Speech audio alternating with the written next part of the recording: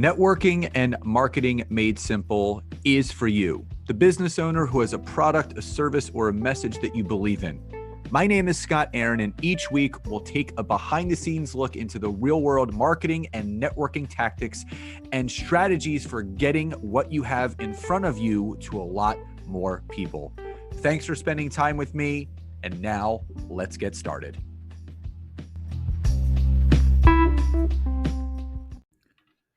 Super excited for you to hear today's amazing episode. But before I jump into that, I have so many people that reach out to me and ask, how do I start a podcast? What do I need to do? And what you guys listen to, wherever you're listening to this from, if you haven't heard about Anchor by Spotify, in my opinion, it is the easiest way to make a podcast. It's one of those things where I jumped into it because it has everything that I needed in one place. And that's what I loved about it. The tools that allow you to record and then edit your podcast from your phone or your computer, which is so accessible. But also, when you actually host your podcast on Anchor like I do, you can distribute that podcast on all the listening platforms: Spotify, Apple Podcasts, Breaker, all the different big ones that people are listening to. It's all from here. And it's everything that you need to make a podcast in one place. And the other great thing is, and why I always suggest it to people, it's absolutely free. And this is the easiest thing to do. All you have to do is download the Anchor app on Apple or on your Android, or go to anchor.fm. And that's how you get started. It's that simple. So if you have a message, if you have something really important you want to share, getting your podcast out on the anchor.fm platform will get you there. And not even will get you there, you'll be amazed at what could happen. So enjoy today's episode. Hey, everybody. Welcome back to another dual episode. I have my lovely and amazing wife, Nancy, with me today. Hello. So before we jump into today's episode, if you didn't receive any of the emails from myself or Nancy over the last couple of weeks, we wanted to end the year strong moving into 2023. And that kind of is, the premise of what we're going to be talking about today. But Nancy and I decided to do a Cyber Monday 4 layers of LinkedIn workshop. So it's on Cyber Monday, which is November 28th. It's from 7 p.m. to 8:30 p.m. Eastern Standard Time. It's live and recorded. The replay will be available until that Sunday, which I believe is December 4th. So you have plenty of time to watch it back.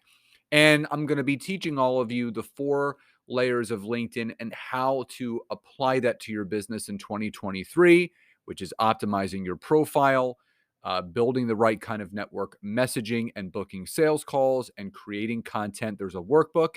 And the way that I'm breaking it down is the first 60 minutes is all teaching and the last 30 minutes is all live Q&A.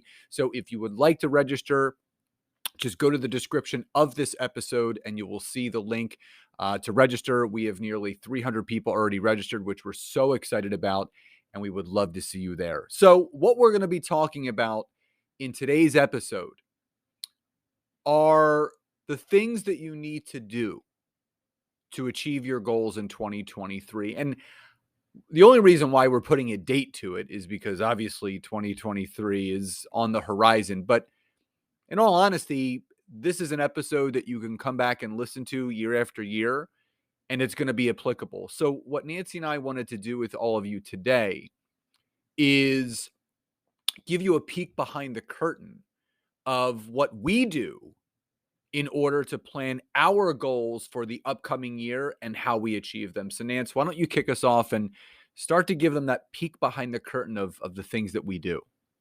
Yeah, absolutely. So, being a person who loves organization and structure and all that great stuff, I absolutely love when we do this plan for the upcoming year. And, you can call it whatever you want to call it. Typically we call it like our marketing plan. You can call it profit plan, whatever it is that you'd like to call it. But I always start with how did we make out this past year, right? So you don't want to plan ahead before you really recap on what went well, a year prior, what is still going well, and maybe some things that maybe not, might need to be discontinued or stopped. In the upcoming year. So I love to number one, right, kind of recap and take a look at our year. Now, we typically do this in November, so you might be thinking, well, the year's not over. Well, it's a great time to do it because think about it, Scott, right? How great do we feel that we already have a plan, for January all the way through, to the rest of the year already, right? It feels so awesome. And of course, based on our projections and kind of, our trends and where we're going at the moment, we can project around how much we're going to end up at, right? November, December are very busy months when it comes to holidays and things like that. So it's not like we have crazy launches or anything going on then. So again, what my recommendation would be first is to recap your year prior. Whenever I say recap, I first really like to take a look at, all the products that you sold last year. Do a little breakdown, like how much did you make, with each product? What are some details, underneath? I actually create like a little Google sheet and I write all the products and I have little sales, so it's like, what were the sales? What went well? What needs work? And then what can be discontinued next to it. And after we go through sales, the other thing that we can look at is, how much has our email list grown? Right. So we look at different KPIs, which KPI stands for key performance indicator. We take a look at different, KPIs that we might want to track. So of course, Scott and I went really hard this past year growing our email list. So I was able to write down, all right, here's where we're at, as of November 2022, when we're doing this podcast, and be able to look at where we were last year and how much we've grown. So it's important to really reflect on those numbers. Do we have where were we last year this time? I don't have the exact numbers, but I do know, between a lot of the joint ventures you did and a lot of the other things, we probably doubled our email list between last year and this year. 100%, right? And our goal, just so you guys know, we do a lot of organic growth, things like that. We're not pumping a lot of money into paid ads or anything like that, but our big goal was to hit 7,500, with our one contact list, right? We have two separate ones, and the other one has that, thousands of members, but the other one we are really focusing on niching and hitting that 7,500, and I think we're over 10,000 already. So we really went hard at that. It was something that we tracked, and it's something that we'll continue to track for the upcoming year as well. Yeah, I think it's the KPIs is something that a lot of people don't look too much into, and you have to, because you need to see what goals you set, which goals you hit, and which ones you missed. And then you focus on, well, what enabled us to hit those goals, but more importantly, what didn't allow us to hit the goals that we were looking to hit. The other thing that I want to throw in there is Nancy and I always label the year ahead.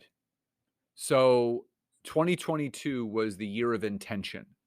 And our intention this past year was to switch our company's revenue stream from active income to leveraged residual monthly income. So for those that don't know the difference, active income is you sell something once, you get paid for it once, and that's it. So if someone hires you for coaching, if someone buys a virtual program, it's one and done.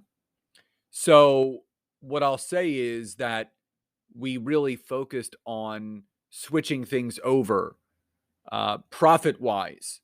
And in the past year, just to kind of give you a baseline, I would say 2021, we were at a 75-25 split percentage-wise of active income versus residual income. And we wanted to switch that. That doesn't feel good, because if you're listening to this and your company is running mostly on active income, God forbid something happens and you're only able to really run off of that 25% income that your company is bringing in, it's not going to allow you to grow and scale. And Nancy and I did a great job between the two of us switching that over.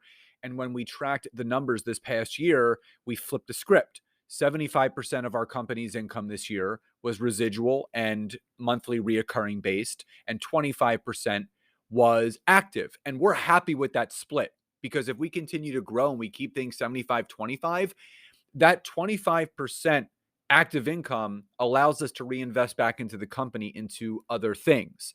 So you need to set I would say, a name, right? So 2022 was the year of intention for Nancy and I. So Nancy, what is the name of the year 2023 for ourselves and our business?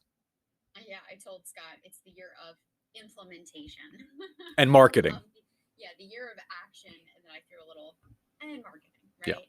So, I mean, again, last year we did such a great job, like Scott said, really, setting goals and being clear on all the intentions. And now that we actually have certain products, that are residual, right, leverage and income, where we can sell it and then we can continue, right, to make money on it without having to involve ourselves, one on one completely. That's just the game changer, right? It naturally had to kind of phase, in this way, as we're building the business out, to be a long-term win, right? In my opinion, right? We're not just like, oh yeah, let's sell this thing or that thing and this, it's like, no, we're putting structure around it, and one thing that we're doing as well is, and that's number two, right? One, we talked about recapping, the prior year and the importance of that. Step two is doing the same thing for the upcoming year. So it's actually mapping out, all right, what are the products that you're going to sell, right? And don't get wild and crazy. Don't have like a million different things, right? Keep it simple. In fact, most companies, most coaches, consultants, people like that, have what we call a value ladder. It's usually about maybe 3 core services. Now, Scott and I are 2 people, right? We have 2 separate businesses and we have a business together. So obviously what that looks like for us is going to be a little bit different. But I want you guys to really map out, right? What are those products or services that you're going to be offering? You map out how much you want to make, right, for the year with those products and services. And then you map out the rest of your KPIs, right? So for example, if it's to grow your email list by, 1,000, 2,000, whatever it might be, write that down, right? That's your goal for this year. Another goal could be increasing your followers on, whatever platform you really focus on, right? If you're actively building your network and connections on LinkedIn, for example, set a goal, a specific goal of what you want to grow to. Okay. So that's what you do. Number 2 next, right, is actually break down now, what are your big goals for the upcoming year? Okay. Anything else you want to add there, Scott? Yeah, I think it's important not only to break down those goals, but you should have specific goals, right? So Nancy and I, we had different things that we were looking into. So things that Nancy and I have together. We have programs that we run and operate together. And as Nancy stated, we have within our company, Nancy runs one of the areas of our company with her and team that we have. I run a certain aspect of it on my own with the LinkedIn trainings that I do and speaking engagements. But we set goals for each one of those, the things that she's doing, the things that I'm doing, and the things that we are doing. Then what we did is we went a step further and we said, okay, with the income goals that we have with each of the specific things that we're doing that are going to total the amount that we wish to hit this past year or this upcoming year, what are some of the other ways that we can pour some gasoline on the fire? And again, this is what people need to think about. So many people get focused on the straight numbers, right? They get focused on the amount of money they want to make. And yes, maybe they do a great job of breaking it down. I need X amount of people to make this per month. I need X amount of things sold to equal this for the year. But what are you going to do outside of all of that where you can continue to grow and scale? And that's why Nancy and I really said, okay, we need to really start doubling, tripling, quadrupling down on joint ventures, potentially even doing our first virtual summit with some people within our network and our sphere to start growing together. What are those things that we can do for collaboration, whether it's continue to do podcast guesting or guest virtual speaking in someone's group? So not only do you have to think about the goals that you have monetarily within your business, but you also have to think about, what are my networking goals? And I think this is something that really gets pushed to the side. Entrepreneurship can be a very lonely place for people because it's you just serving you and the people that you're serving outside of that. And you have to understand that collaborating and linking arms with as many people as possible that may be on a similar path, maybe a couple steps ahead, maybe a few steps behind, but you all have the same purpose and passion behind what you're doing. Growing, scaling, and making a difference in the lives of those that you're working with and what they're doing. So it's finding other people that have a similar cause and goals as you so you can band together. Something that I always tell people is an army of two is twice as strong as an army of one. And I can absolutely attribute to the growth that Nancy and I had in our company this past year was due to our collaborations. We were big on doing free trainings. There doesn't have to be a price tag on everything. You have to understand relationship building within entrepreneurship is so, so important. So, understanding, breaking down all of your goals down to the minute grain of what it is that you want to achieve, but also thinking about those outside the box ways. And that's Nancy, what we did. We initially broke down our monetary goals, and then she said, okay, let's talk about those things that we can do to grow outside of that. So let's talk about joint ventures. Let's talk about doing a summit. So different things that we maybe didn't do this year that would allow us to grow in a different way this coming year. And those are some other things that we all need to start thinking about. Yep, absolutely. So again, if you are a very visual person, if you can imagine, right, a Google spreadsheet, for example, where on the left-hand side, you've got your sales, the different products. And then to the right of that, again, you've got your sales number. And then from the year prior, right, you've got what's going or what went well, what needs work, and then, the other one. And that's where I put in a lot of those details where, maybe for a couple of hours, I'm like, you know what, I don't want to launch and do like a 5-day workshop. It doesn't make sense for that. So I put those notes in there with some action items of what we can change and put in place for the upcoming year. So just like Scott said, I mean, it's great to kind of list out and again, and think outside the box how you can actually grow and, affect things. So the next step that I typically recommend you do, and this is something that we do, it is super, super simple, guys. You can literally take 12 sheets of paper from your printer, for example, okay?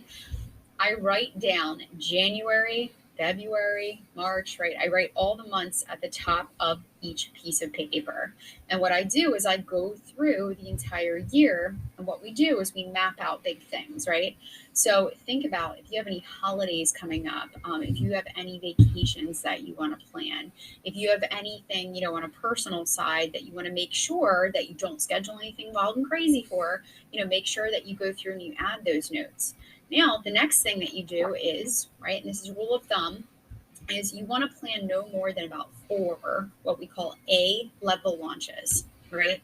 And I actually learned this, Stu McLaren, he's a huge internet marketer, really big into membership sites and things like that. And his big rule of thumb was no more than 4, right, A-level launches. And whenever I say A-level launches, that is, the type of launch where you are spending all your time, money, energy, marketing dollars, all that kind of stuff, really growing and really, advertising and marketing and going all in on, right?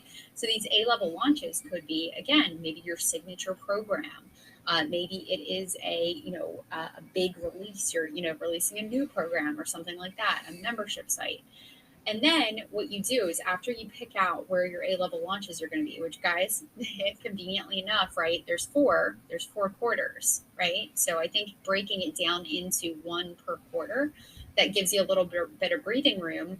Obviously, if you kind of spread it out in that way, you can, schedule your A-level launches to make sure that you have the energy, time, resources, all that good stuff. And then number 2, you're going to fill all the other months with complementary or what we call B-level launches. Okay. These could be things, such as really promoting like a lead magnet with the intent to focus on building your email list. It could be promoting, maybe you want to pick up some VIP or one-on-one, clients. You could promote that. You could look at promoting really anything. I mean, we both have books now, could be promoting your book again, lots of different things. So I want you to now go through, and again, this is step 3, map out write all the months and get an idea of when you want to launch things. Now, keep in mind that you might be thinking, well, I have no idea, and this might change, right? This is not set in stone. In fact, Scott and I usually we get into the year and it's probably quarter one or quarter two, and it's like, all right, let's just kind of bob and weave, as needed, because we meet people where they're at, right? If we have a lot of people in our audience who are saying, oh my gosh, I need LinkedIn support, or oh my goodness, are you going to do another LinkedIn training? Even I think about, right, we're doing the little training that Scott decided to do this month because he had so many people say, please, can you please do one more little training, on LinkedIn before the year's end. So, we really do like to meet our peeps, where they're at. So again, number 3 is really just mapping out that quarterly plan of what you're going to be, focusing on. And whenever I say launch, it doesn't mean that you have to, have like this big launch, for something. It just means that's going to be the marketing focus, right? Yeah, it's one of those things where Nancy's talked about this very early in this episode. I don't want to say comfort, but the ease of our minds, knowing that we have the entire year already mapped out with our A-level launches, our B-level launches, our C-level launches, like knowing, and Nancy even went a step further, that she's like, all right, well, let's get everything done. Let's get all the ad events done. Let's get all the sales pages done. Let's get everything built out. So we just literally are ahead of it, because that most people, the reason why they get behind on their goals or they don't hit their goals is because you are not planning ahead enough. And the quote is, when you fail to plan, you're planning to fail. So we're taking it up a notch. Not only are we mapping out our entire next 12 months upcoming, whatever foundational things that we can do, sales pages, Zoom invitations, everything, all that back end stuff, we're going to take care of it ahead of time. And that will allow us to continue to focus on growing and scaling instead of working in our businesses. So those are just some of the things that we wanted to touch on with all of you today. Understanding, what are your goals, mapping things out, really jotting those things down, putting tangible numbers and then action behind it, and really scheduling those things out. So again, if you would like to register for our upcoming workshop, remember it's Cyber Monday, 7 p.m. to 8:30 p.m. Eastern Standard Time, completely free. You will find the registration link in the description of this episode. We hope you enjoyed it. Please enjoy the rest of your days, and we'll talk to you next time. Bye, everyone.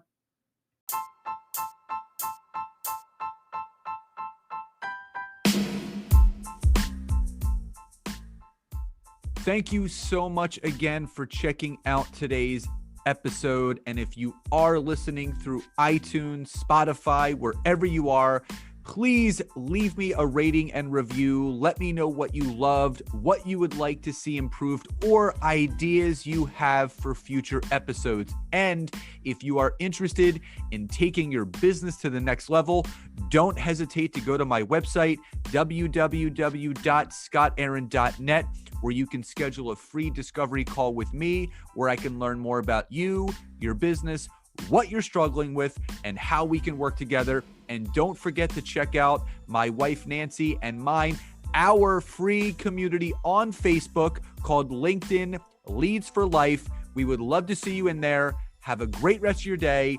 And thank you, everyone, for your support. Grateful for each and every one of you.